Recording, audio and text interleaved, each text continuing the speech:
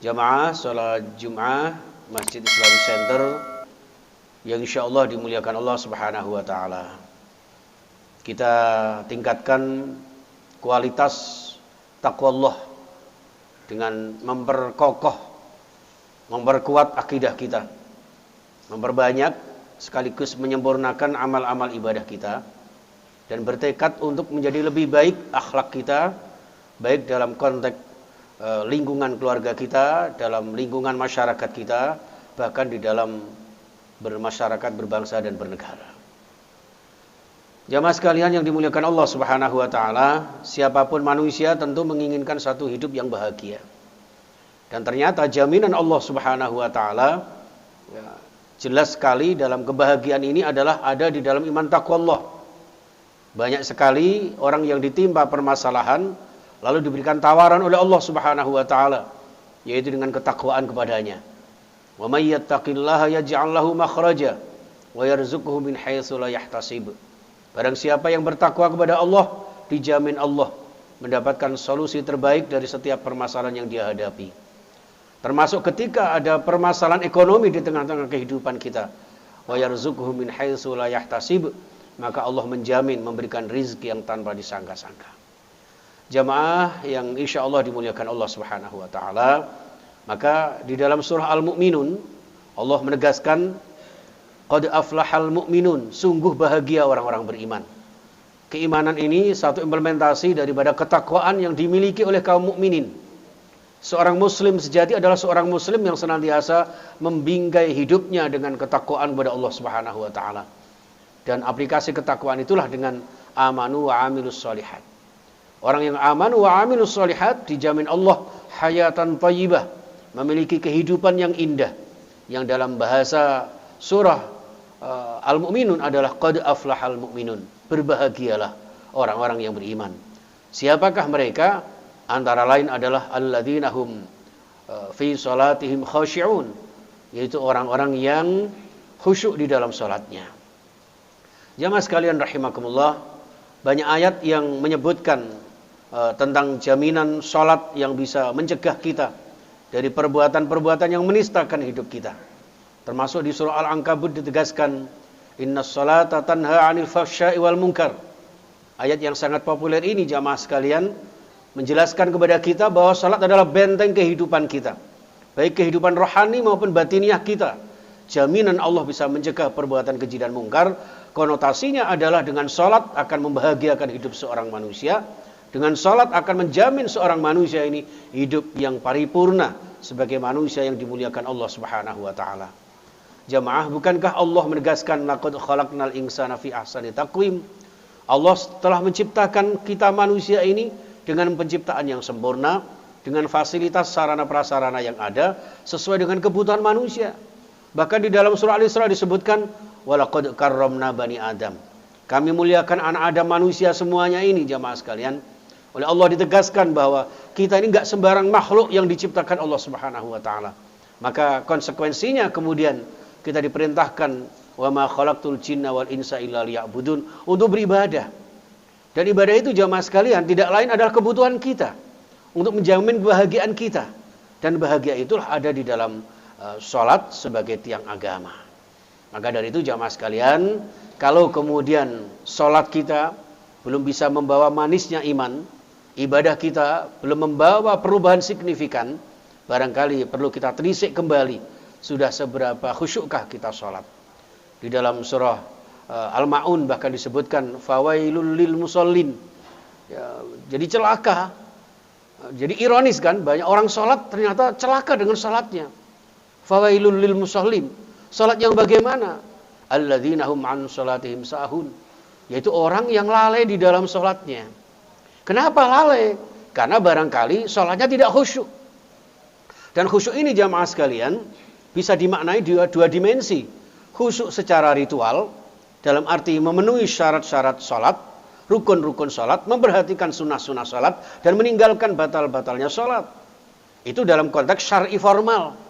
Yang jauh lebih penting adalah implementasi ibadah sholat dalam pola hidup dan kehidupan. Bahwa khusyuk di dalam sholat kita, yang konotasinya adalah kehidupan di tengah-tengah masyarakat kita, hendaknya dalam sholat itu menginspirasi. Artinya, sejauh mana kita bisa mentransformasi nilai-nilai ibadah sholat dalam kehidupan kita, jamaah sekalian. Sehingga seorang muslim yang benar-benar kafah itu seorang muslim yang menjiwai hidupnya dengan sholat yang kita lakukan sehari-hari, jamaah. Jadi sholat ini sebagaimana yang kita ketahui definisinya, yang sangat terkenal, jamaah sekalian. As-sholah hiya aqwal wa af'al muftatahun bitakbir wa muhtatamun bitaslim. Sholat itu adalah perkataan dan perbuatan yang dibuka, diawali dengan takbiratul ihram dan ditutup dengan salam. Dua ungkapan yang luar biasa ini, jamaah sekalian. Ya, yang pertama, dimensi hablum minallah. Itulah khusyuk secara ritual, tuntutan secara fikih syar'i, jamaah sekalian. Tapi di sana ada pesan istimewa yang begitu indah. Ketika sholat kita itu kita tutup dengan salam. Menebarkan keselamatan, kesejahteraan, kebahagiaan, disertai dengan menoleh ke kanan dan ke kiri. Ini sebuah gambaran yang luar biasa. Pembelajaran sekaligus pembiasaan dalam hidup kita, jamaah sekalian. Jangan hanya kita terpana, terpesona dengan kekhusyuan ritual ibadah kita, tapi kurang memperhatikan bagaimana peran kita di tengah-tengah masyarakat kita. Sudahkah Rasulullah memesankan kepada kita, khairun nas anfa'uhum linnas. Seorang muslim yang hasil dari didikan sholatnya, insya Allah akan bermanfaat kepada sesamanya. Kalau kemudian sholat kita belum membawa kebaikan baik secara mental, spiritual, maupun di dalam sosiokultural, maka harus kita perhatikan sholat kita. Apakah kekhusyuan kita betul-betul sesuai dengan ritual bahkan sosial? Atau juga ada ayat yang lain yang menyebutkan alladzina hum ala sholawatihim yuhafizun. Sudahkah kita menjaga sholat kita? Menjaga keabsahan sholatnya, menjaga kesempurnaannya, menjaga sholat kita bukan sekedar yang wajib saja. Kenapa Allah menciptakan sholat sunnah? Karena bisa jadi sholat wajib adalah satu beban ketika kita hadapi, ketika kita laksanakan dalam satu bentuk paksaan. Sehingga dengan beban inilah jamaah sekalian seakan-akan kita melaksanakan ini sekedar menggugurkan satu kewajiban. Selesai ya sudah. Sehingga tidak bisa mengambil hikmah yang tersirat secara filosofis di dalam kehidupan kita dari makna sholat itu sendiri. Ini jamaah sekalian rahimakumullah. Sehingga di dalam sholat kita itu jangan hanya difahami secara ritual fikih saja, tapi juga makna filosofis di dalam kehidupan kita. Inilah maka menjaga sholat kita. Kalau kemudian sholat wajib sudah kita laksanakan, maka di sini ada diberikan sholat sunnah, bahwa sholat sunnah yang kita butuhkan sampai kemudian ada motivasi, ada iming-iming yang kepingin hajatnya terpenuhi, ada sholat tahajud, sholat hajat. Yang ada pilihan agak bingung dalam kehidupan kita, ada sholat istikharah. Kalau kita ingin kaya cukup rezekinya, ada sholat duha, dan seterusnya. Itu sebetulnya adalah satu pancingan jamaah sekalian. Itu adalah support dalam hidup kita. Bahwa ibadah yang kita lakukan itu semata-mata dalam konteks menghambakan diri kepada Allah. Bukan mencari kompensasi. Kalau kita sholat sekian, nanti akan dapat jatah sekian. Itu namanya mengkalkulasi pahala. Maka yang terpenting jamaah sekalian, ketika sholat yang kita lakukan itu sebenarnya adalah dalam rangka menghambakan diri kepada Allah. Jadi nanti urusan nanti bagaimana jatah rezeki kita, bagaimana langkah kehidupan kita, bejo dan cilokonya dalam kehidupan kita, itu sudah urusannya Allah Subhanahu wa Ta'ala. Maka di dalam surah Al-Fatihah itu sendiri sering kita sebutkan iyyaka na'budu wa iyyaka nasta'in. Jadi yang terpenting adalah bagaimana kita hanya menghambakan diri secara spesifik kepada Allah. Masalah nanti nasta'in, Allah akan menolong kita, itu sudah hak prerogatifnya Allah. Kewajiban kita laksanakan, masalah hal-hal yang lain biar Allah yang menentukan. Ibarat seorang pembantu, seorang asisten rumah tangga, tidak usah hiruk pikuk memikirkan bagaimana gajinya. Itu urusan sang majikan. Yang terpenting sudah ada satu perjanjian antara seorang pembantu dengan seorang majikan. Kita pun demikian jamaah sekalian. Ketika kita mengungkapkan inna sholati wa nusuki wa mahyaya wa mamati lillahi rabbil alamin dan seterusnya. Itu adalah perjanjian kita dengan Allah Subhanahu wa Ta'ala.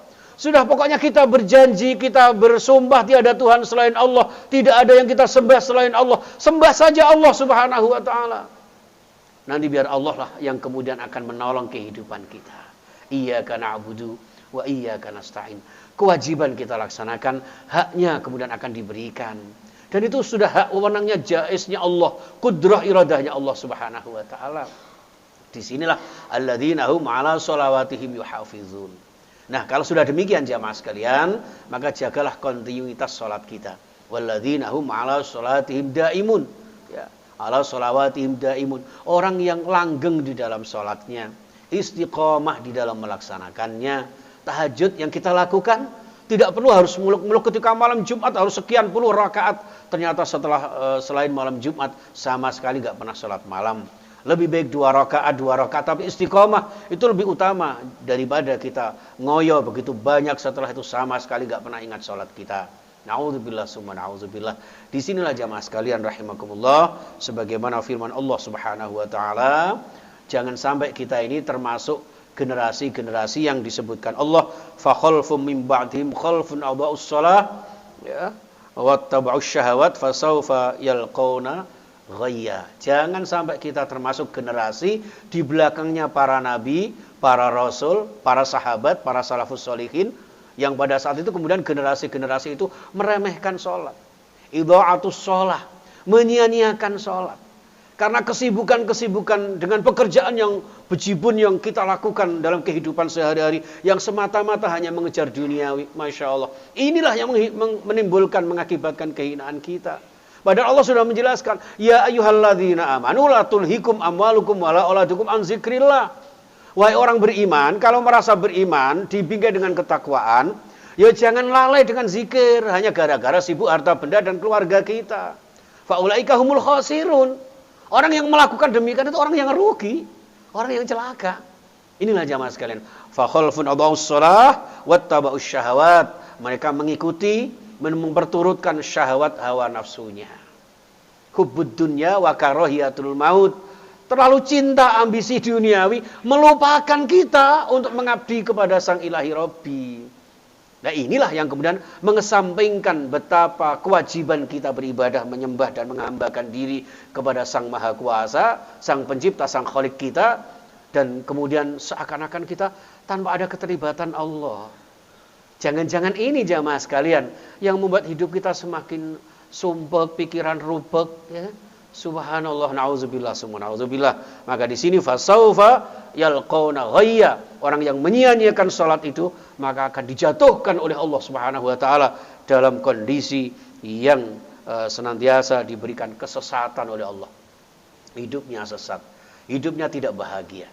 Maka sesibuk apapun jamaah sekalian, usahakan dalam kehidupan kita sehari-hari, salat wajib yang kita laksanakan sekhusyuk mungkin. Kalau sudah khusyuk, usahakan berjamaah. Kita makmurkan rumah Allah. Kita syiarkan Baitullah, rumah Allah terdekat kita, masjid musalla, dengan panggilan hayya 'alas shalah. Kita terpanggil oleh Allah. Di dalam surah Al-Anfal disebutkan, innamal mu'minuna alladzina idza dzukirallah wajilat qulubuhum. Hakikat seorang mukmin sejati itu jamaah sekalian, ketika ada asma Allah disebutkan, bergetar hatinya. Allahu Akbar, Allah Maha Besar, tergetar hati kita, tergerak kita ketika hayya 'alas shalah. Tinggalkan segala aktivitas duniawi menuju sowan kehadirat Ilahi Rabbi. Inilah jamaah sekalian yang pada akhirnya kemudian akan menjamin kita qad aflahal mu'minun alladzina hum fi shalatihim khashi'un. Dan kalau sudah salatnya khusyuk, salatnya dijaga, salatnya dilanggengkan dalam kehidupan kita, maka disitulah makna hadis Rasulullah yang menyebutkan awwalu ma yuhasabu bil 'abdu yaumal qiyamati as-shalah. Pertama dan utama yang akan dihisab oleh Allah Subhanahu wa taala tidak lain adalah ibadah salat. In saluhat saluha sairu amali wa in fasadat fasada sairu amali atau kama qala rawahul Bukhari wal Muslim. Jadi, seorang muslim yang baik itu adalah ketika mengutamakan salat. Hadis ini semata-mata bukan nanti di akhirat jamaah sekalian. Bahkan di dunia akan menjadikan satu tolak ukur dalam kehidupan kita. Ketika sholat kita utamakan, kita muliakan, kita dahulukan, maka ibadah-ibadah yang lain akan mengikuti. Maka ayat berikutnya adalah walladzina hum 'anil lagwi mu'ridun walladzina hum lizakati fa'ilun. Kalau sudah sholatnya khusyuk maka otomatis akan meninggalkan sesuatu yang tidak berguna, akan senantiasa bertekad untuk berzakat, infak, sedekah di antara harta benda kita, dan disitulah kemudian akan membawa bahagia kita, sebahagia ketika kita sholat, bertakhasyuk, bertadarrud, berkholwat, bermeditasi dengan Allah Subhanahu wa taala, diawali dengan mengagungkan asma Allah, diakhiri dengan tebarkan salam keindahan, keselamatan dan kebahagiaan hidup di dunia sampai akhir zaman. Bukankah itu yang kita harapkan jamaah sekalian? Sebagaimana doa kita, Rabbana atina fid dunya hasanah wa fil akhirati hasanah wa qina adzabannar. Ya Allah, berikan kami kehidupan yang indah, kehidupan yang baik di dunia ini dan juga kehidupan yang indah di akhirat nanti. Jauhkan dari siksa api neraka. Amin ya rabbal alamin. Allahumma ighfir lil mu'minina wal mu'minat wal muslimina wal muslimat al ahya'i minhum wal amwat innaka sami'un qaribun mujibud da'awat wa qadiyal hajat iqdi hawaijana min hawaijid dunya wal akhirah. Allahumma hamilna bil afiyati was salamah wa haqiqna bit taqwa wal istiqamah wa a'izna min mujibatin nadamah wa aslih baina umurina rabbana innaka sami'ud du'a. Allahumma sallimna wal muslimin wa afina wal mu'minin wa najjina min masaibid dunya wad din. Allahumma ya Allah ya Ghaffar, ampuni dosa-dosa kami, dosa-dosa ayah bunda kami, seluruh jamaah kami, terutama yang di Masjid Islamic Center ini ya Allah. Berikan kami ampunan dan rahmat-Mu ya Allah. Dengan maghfirah dan ampunan-Mu ya Allah, kabulkan hajat-hajat kami, mudahkan segala kesulitan kami, lancarkan segala usaha kami, lapangkan rizki kami ya Allah, tentramkan hati kami, bahagiakan rumah tangga kami, kuatkan iman kami, muliakan akhlak kami ya Allah, dan jadikan diri kami ya Allah pecinta-pecinta Nabi-Mu ya Allah, yang senantiasa Engkau jadikan sebagai umat beliau ya Allah, yang Engkau kehendaki untuk bisa bersama beliau masuk ke surga-Mu di akhirat nanti. Ya Allah ya Tuhan kami, Rabbi ja'alna muqimas shalah wa min dzurriyyatina rabbana wa taqabbal du'a. Ya Allah ya Rabb, jadikan kami dan keturunan kami, seluruh keluarga kami, orang-orang yang senantiasa istiqomah di dalam menegakkan salat. Jauhkan kami dari pemalas-pemalas yang menegakkan salat ya Allah, sehingga hidup kami bisa bahagia dengan ridha-Mu ya Allah, dengan hidayah-Mu ya Allah. Dan jauhkan kami dari segala macam penyakit ya Allah. Selamatkan kami dan saudara-saudara kami kaum muslimin dari segala macam musibah, penyakit dan wabah ya Allah. Dan jauhkan kami dari penyakit-penyakit hati ya Allah, agar kami bisa sowan kehadirat-Mu dalam keadaan biqalbin salim, dengan hati yang selamat ya Allah. Dan Engkau berikan kami ya Allah syafaat Rasul Muhammad sallallahu alaihi wasallam, agar kami menapaki hidup yang sekali ini ya Allah, hidup yang mulia istiqamah. Engkau berikan kami rizki yang halal barakah, rizki yang kami gunakan untuk beribadah istiqamah, berzakat, infak, sedekah, berziarah ke Makkah, Madinah, membina rumah tangga yang sakinah, mawaddah, warahmah. Ya Allah, Engkau berikan keturunan kami yang salih salihah, keturunan yang ahli ibadah ya Allah, ahlul Quran, ahlus sunnah ya Allah, ahli hubbi Rasulillah ya Allah, ahli hubbi Rasulillah ya Allah. Dan mudahkan kami berziarah ke Makkah, Madinah, berjamaah di Masjidil Haram, berjamaah di Masjid Nabawi, bisa sowan ke makam Rasulullah ya Allah. Dan senantiasa Engkau berkahi hidup kami, hidup yang sekali, hidup yang mulia dengan hidayah, dan suatu saat meninggal husnul khatimah. Ya Allah biha, ya Allah biha, ya Allah bihusnil khatimah. Rabbana atina fid dunya hasanah wa fil akhirati hasanah wa qina adzabannar. Wa sallallahu ala sayyidina Muhammadin wa ala alihi wasallam. Walhamdulillahi rabbil alamin. Ibadallah, innallaha ya'muru bil 'adli wal ihsan wa ita'i dzil qurba wa yanha 'anil fahsya'i wal munkar wa la dzikrullahi akbar.